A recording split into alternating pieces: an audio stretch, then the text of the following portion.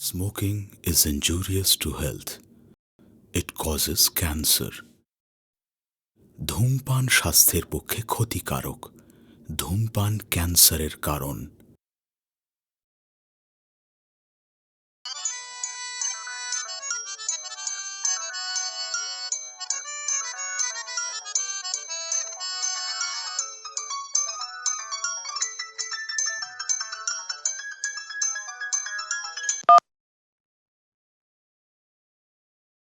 Hello, কে? দিয়া বলছি, তোকে একটা গুড নিউজ দেওয়ার ছিল। ও বিয়েটা করেই ফেললাম দিদি। কি করবো বল, ভেবেছিলাম তুই আমার পাশে থাকবি। আমি সাহস করে তোকে বলে উঠতে পারিনি রে। আসলে মানুষটা খুব ভালো তো, তাই বুঝতেই পারছিস। আর তোকে কি বোঝাবো। সরি রে দিদি। কিছু বলছিস না কেন? কি রে, তুই কষ্ট পাচ্ছিস?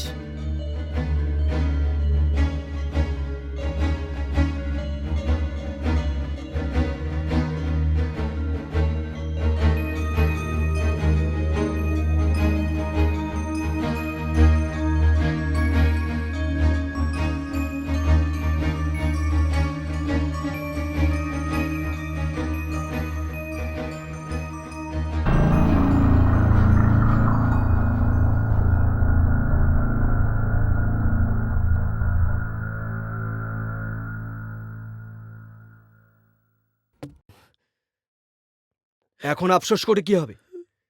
কি হবে এখন আফসোস করে? যখন তোমাকে সাবধানে থাকতে বলেছিলাম তখন তো নিজে সাবধানে থাকোনি। সব দোষ তো আমার। তা নয় তো কি, তা নয় তো কি বিধি, নিজের খেয়াল তো তুমি নিজে রাখতে পারো না। কিন্তু যার পৃথিবীতে আসার জন্য আমরা এতদিন ধরে, তার দিকে তো একটু খেয়াল রাখতে পারতে। সহ্য, ডিসগাস্টিং।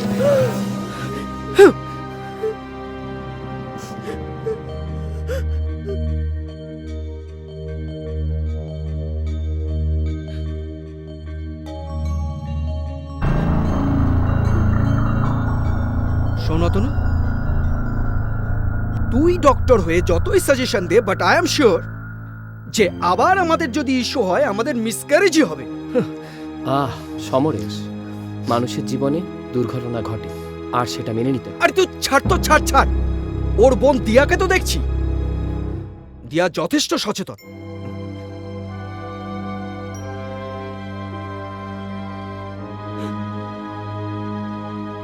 ও বলো না। দাঁড়াও দাঁড়াও, এ না, মাই গড। শোনো শোনো না, আরে হয়েছে, দাও বলছি তো। বলছি আমি কিন্তু রিস্ক টিক্স নিতে পারবো না। হুম, হুম, না না হবে না। তুমি হ্যাঁ? ছাড়া এই প্রবলেম কেউ সলভ করতে পারবে না। কি রে দিয়া? হুম। অনেক তো রাত হলো, তুই এখনো বাড়ি গেলি না? হ্যাঁ দিদি, এই যাবো। বাবা, তখন থেকে তো যাবো যাবো করছিস, 2 ঘন্টা পেরিয়ে গেল, এখনো যেতে ইচ্ছে করছে না? ছি দিদি, তুই এরকম বলছিস? আর কত সন্দেহ করবি তুই? হুম।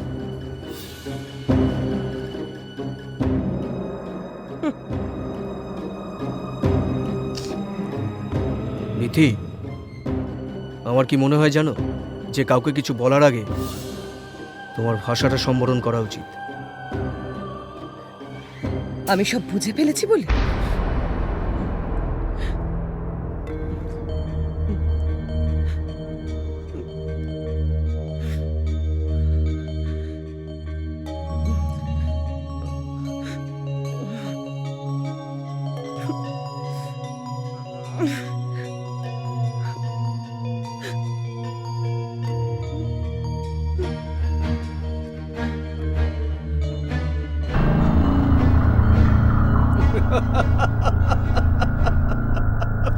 ওরে বাবারে, তুমি পারো বটে। ঠিক আছে, রাখছি। গুড নাইট দিয়া। আমার এই অবস্থার জন্য তুমিই দায়ী। আমি জানি আমি অপাচ্য, কিন্তু আমাকে অপাচ্য তৈরি করেছো তুমি। দিয়ে আজ তোমার কাছে গোলাপের কুড়ি, আর আমি আমি ঝরে যাওয়া পাতা। কেন কেন তুমি এরকম করলে আমার সঙ্গে, বলো কেন? অসাবধান কি আমি একা? থামো।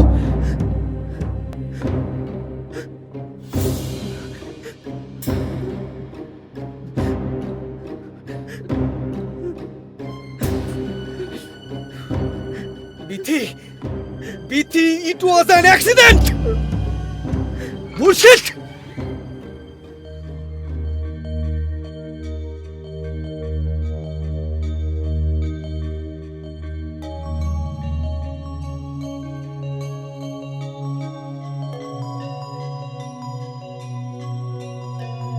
এর পরের ধাক্কাটা কিন্তু তুমি সামলাতে পারবে না দিয়া।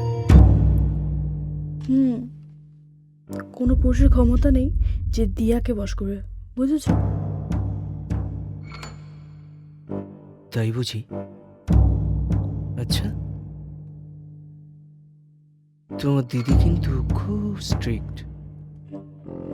সে কিন্তু তার প্রিয় মানুষকে কিছুতেই হাতছাড়া করবে না। তুমি রাজি থাকলে আমি সব করতে রাজি। তাই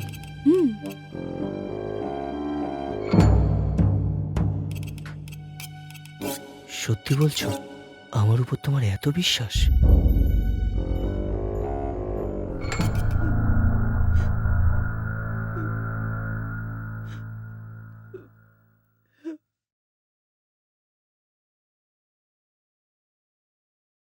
বিথিকা, বিথিকা,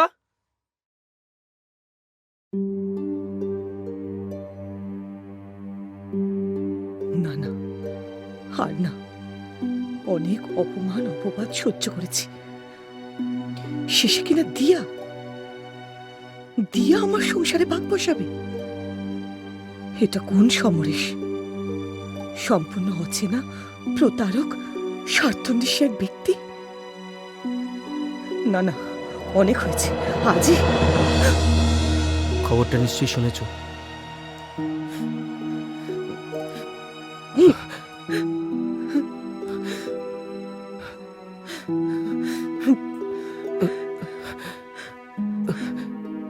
কি হলো কি বিথিকা? তুমি এইভাবে হঠাৎ দৌড়ে ঘরে ঢুকে পড়লে, খবরটা শুনে তোমার ভালো লাগেনি? তোমার সঙ্গে আমি আর থাকতে চাই না। কি রে, খবরটা শুনে তুই ফোনটা ছেড়ে দিলি যে? তোর স্বার্থ পূরণ হয়েছে, এবার আমার যাবার পালা। তোরা দুজনে সুখে থাকিস।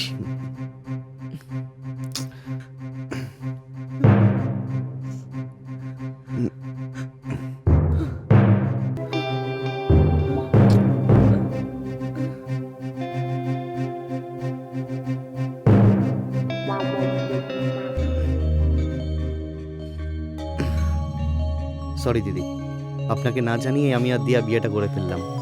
আসলে আমি ওকে ছাড়া, সমরেশদা না থাকলে এটা সম্ভবই হতো না। খুব ভালো মানুষ উনি। তোমরা দুজনে সুখে থেকো।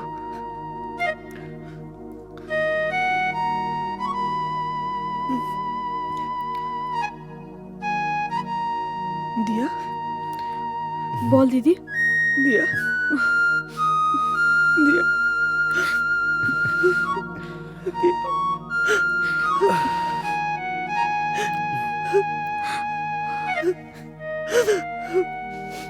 দিদি, দিদি, দিদি, আজ আমরা আসি। আসছি রে দিদি, আসছি। চলো।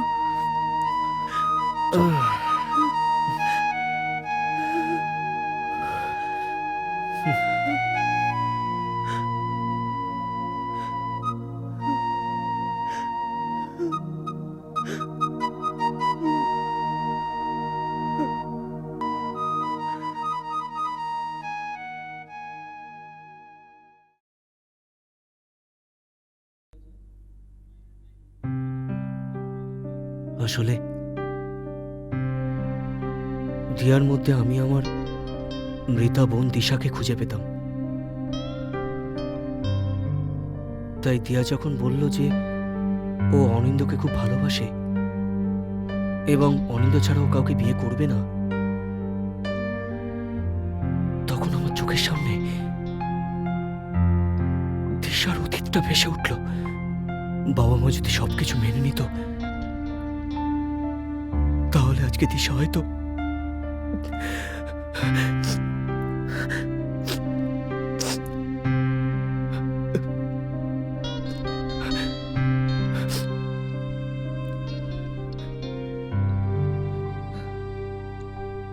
এখনো আমাকে ভুল বুঝে থাকবে বিধি?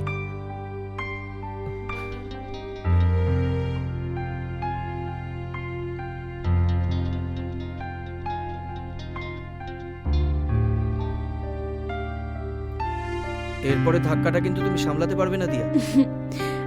এমন কোনো পুরুষ নেই যে দিয়াকে বশ করবে, বুঝেছো? তোমার দিদি কিন্তু খুব স্ট্রিক্ট। সে কিন্তু তার প্রিয় মানুষকে কিছুতেই হাতছাড়া করবে না। কিন্তু তুমি যদি রাজি থাকো, আমি সব করতে পারবো। সত্যি? তুমি আমাকে এতটা বিশ্বাস করো? নিজের থেকেও বেশি। প্রমিস? God promise.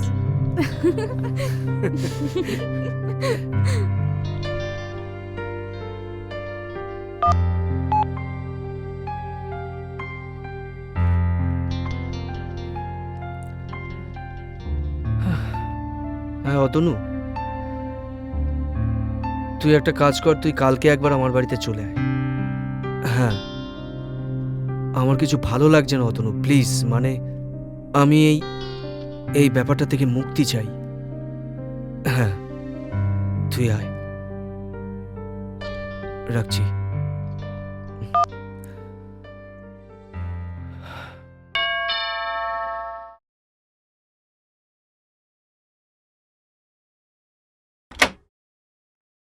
আয়, বস। হুম।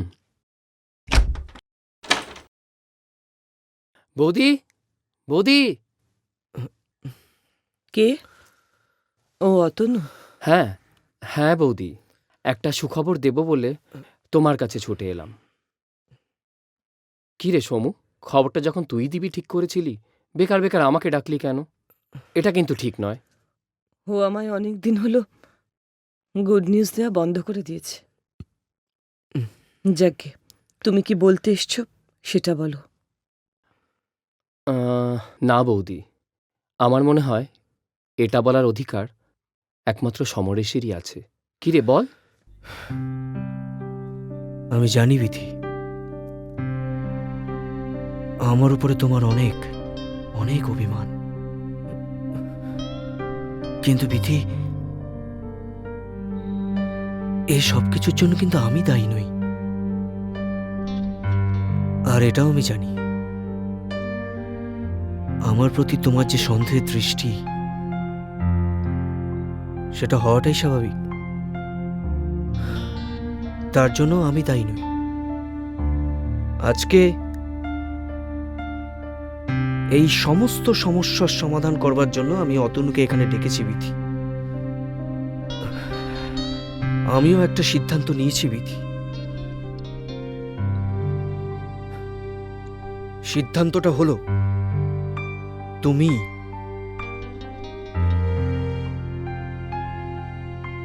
আমার একটা চোখ দিয়ে সমস্ত পৃথিবীটাকে দেখবে।